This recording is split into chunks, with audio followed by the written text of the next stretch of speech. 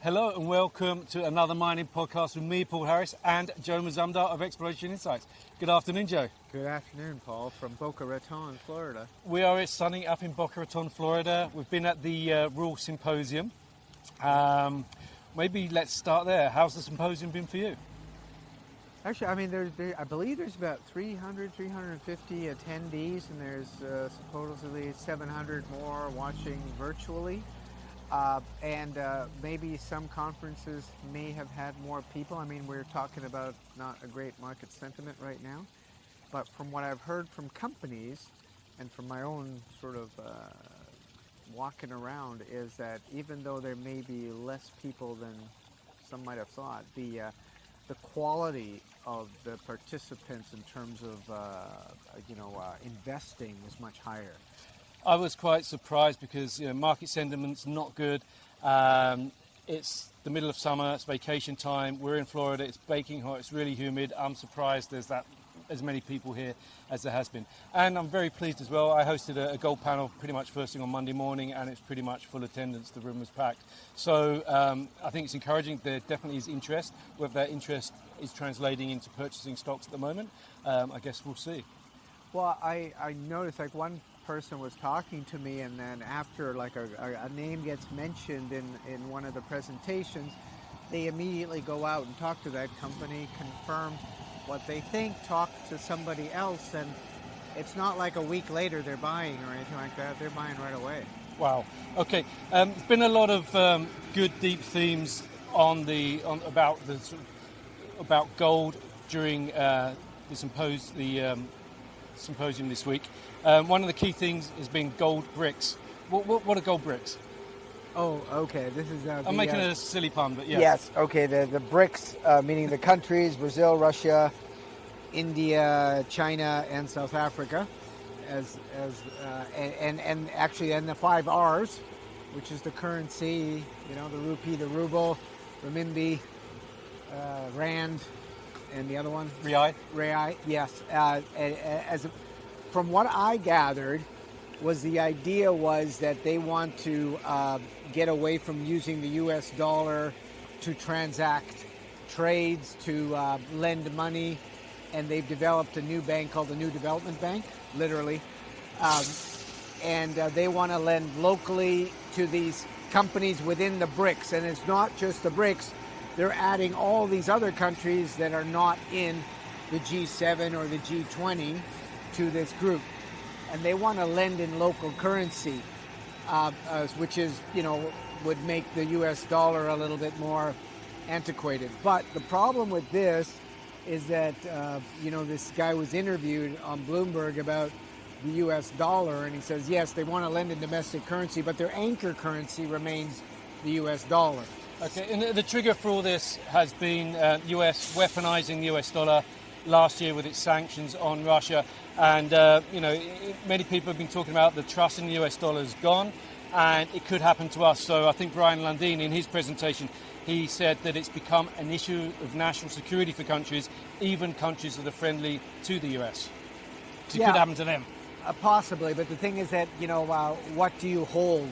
And, obviously the idea is that you hold gold as opposed to the US dollar, because a lot of these other currencies might not be stable, might not be liquid enough, might be held by regimes that might control the currency more than you want to. So the idea is that maybe they hold more gold.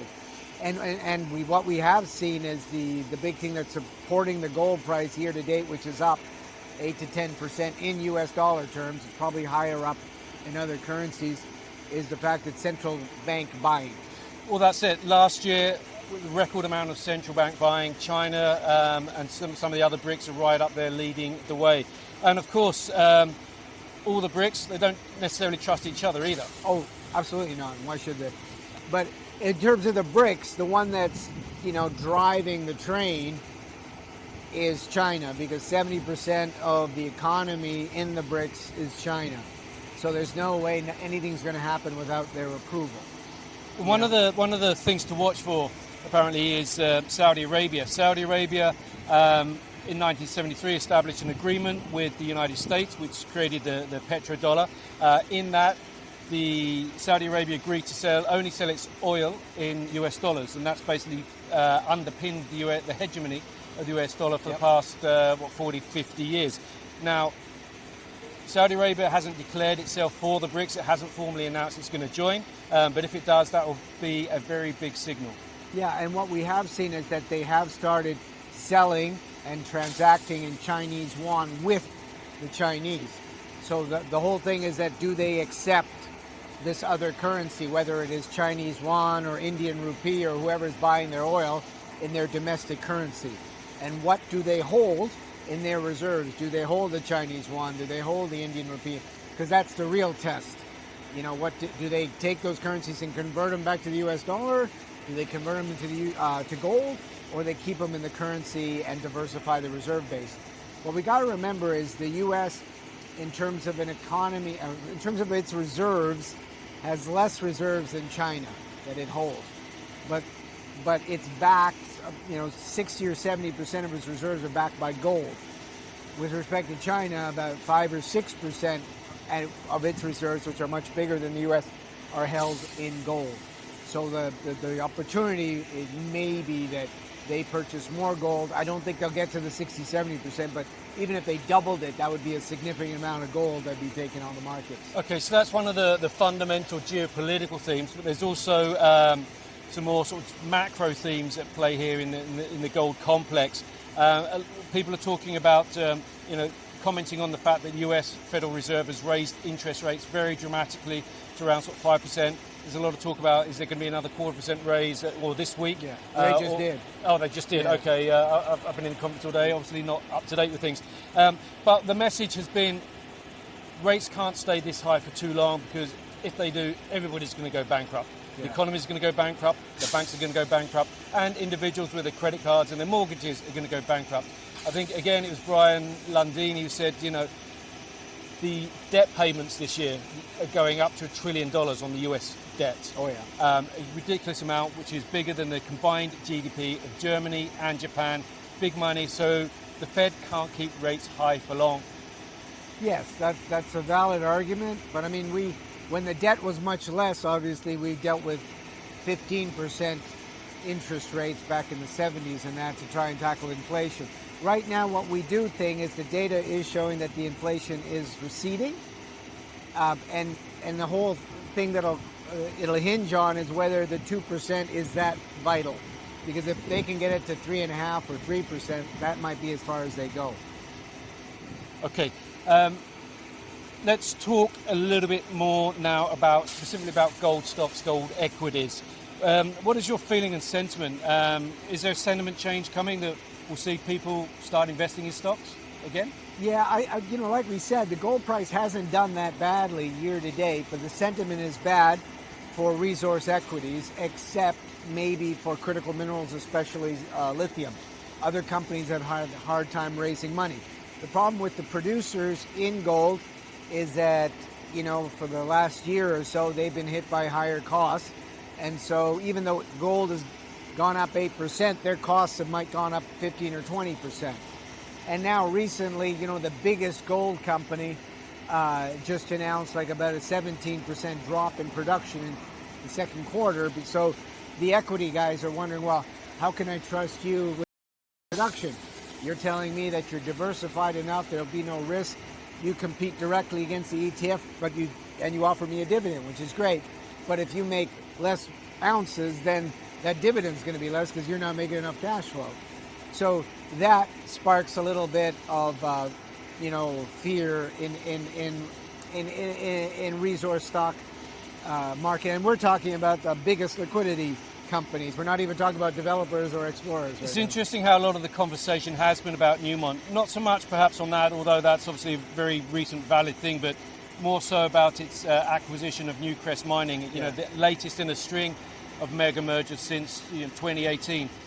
Some of the people I've spoken with think that that's really taken a lot of the wind out of the sails of the juniors, particularly given that you've got the underlying situation where the producers, their reserves aren't growing, so at some point they need to buy smaller companies to get new reserves to ensure their futures.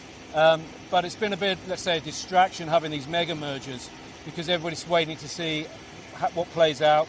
Newmont announced that it will look to have about $2 billion of divestments or reorganization following that merger. So I imagine a lot of people are waiting to see what falls out of that before they perhaps look to transact on smaller companies. Yeah, ignoring the part about divesting assets and G&A synergies and cutting staff and things like that, I think in terms of exploration, what I'm trying to look at is that Newmont was not as big a player in the exploration space in terms of juniors investing as much as Newcrest. And so what happens with all those investments Newcrest have made or the joint ventures earnings that they've already committed to once Newmont controls exploration? Does Newmont just bring in the Newcrest team, which was much more active in exploration, or do they keep their smaller team and not concentrate so much on exploration? So that would be interesting to me. Okay, and possible turnaround. When when is money coming back into the gold stocks? Oh, right, it's July 26th. Yeah, maybe it's August next week. It's August next week. Okay, and month to Labor Day, and now we're in Eastern Standard Time. Yeah, I have no idea. But whatever. So right now, what I'd be looking at is opportunities, because we have a lot of overvaluation in some specific sectors, like I would say lithium, and so right now, precious metal sector, if anything, has been battered. And so if you see a company that you think has a good development play or has a great exploration team, this is the time to look at them and probably start gaining a position, because this might be a perfect window. Because again, the gold price, there hasn't been any problem. Right now we're looking at pipelines for companies, for intermediates, and for new discoveries. And these companies are undervalued. The question is, you really need to pick those stocks that maintains an access to capital.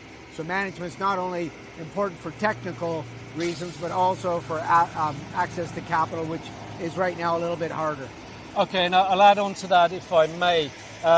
It's good to get patient and wait for the good time to come. Yeah, and as we know, when the gold price or any commodity price move, the first one to be hit positively or leverage is a producer, and then it will go down. What we want is the sentiment to change such that juniors become investable and it's easier to fund them, and that funding gets us more news flow. Excellent. Well, Joe, thank you very much for joining us today, and stay tuned for more from Another Mining Podcast. Great. Thanks, Paul.